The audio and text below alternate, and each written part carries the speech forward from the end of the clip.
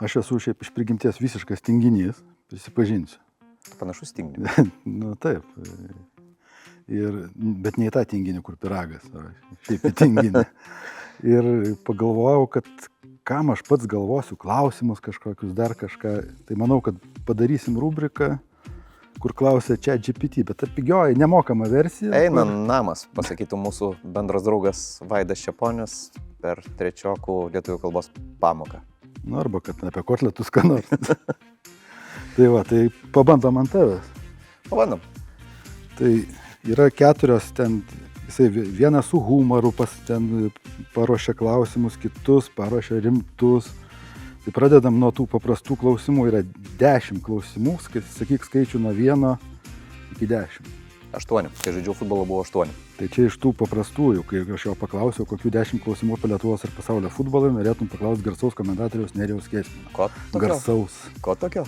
komentatoriaus. Ok. Ne faktinių dalykų, daugiau požiūrio. Ir štai 8 klausimas. Ką darytum, jei komentavimo metu staiga suprastum, kad rungtynės visiškai nuobodžios? Ar turi slaptų triukų žiūrovų išlaikyti? Padaryčiau kaip Vaidas Čeponis, sakyčiau, Lietuva Landsbergis Žalgiris. Čia universalu. Taip, toliau tada labiau provokuojantis klausimai. Irgi numeriuką nuo 1 iki 10. Duok pirmą, ten bus geriausias turbūt. Taip.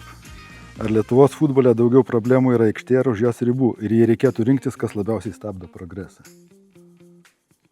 Va, toks va klausimas. Nu, čia GPT įsigilinęs Lietuvos futbolą. Giliai pakapstyta. Už aikštės ribų, nes iš aikštę visi eina už aikštės ribų. O kas ten dar buvo?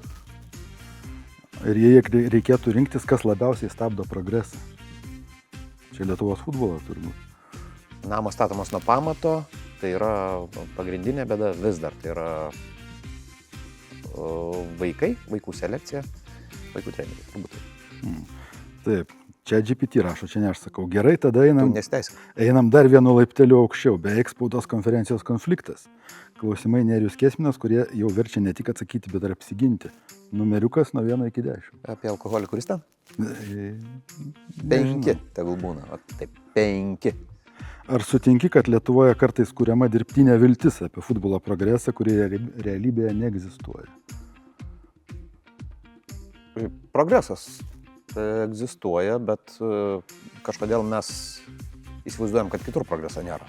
O čia yra bėda. Progreso tempas, tai yra, jeigu mes važiuojam ten 1 pavarą, ne faktas, kad kiti nevažiuoja tuo pačiu metu 6. Bet ta dirbtinė viltis ar kuriama visgi ar ne? Kuriama, nu, kur ten mes jau dabar turėjom žaisti Europos čempionatas. Nes viltis... Nu, viltis, žinau, kieno motina. Atsakai klausimą. Gerai, ir tada puiku, tada darom juokas su dūrių versiją. Čia ChatGPT ir tada nuo 1 iki 10 gal numerį. Čia anekdotai apie mane? Ne, čia klausimai, kur yra maždaug ChatGPT galvoja, kad jam juokinga. O nori papasakosiu anekdotą apie save? Papasakau. Ką sakytų Kesminas prie altoriaus savo išrinktai? 3. Nesvarbu kelinti.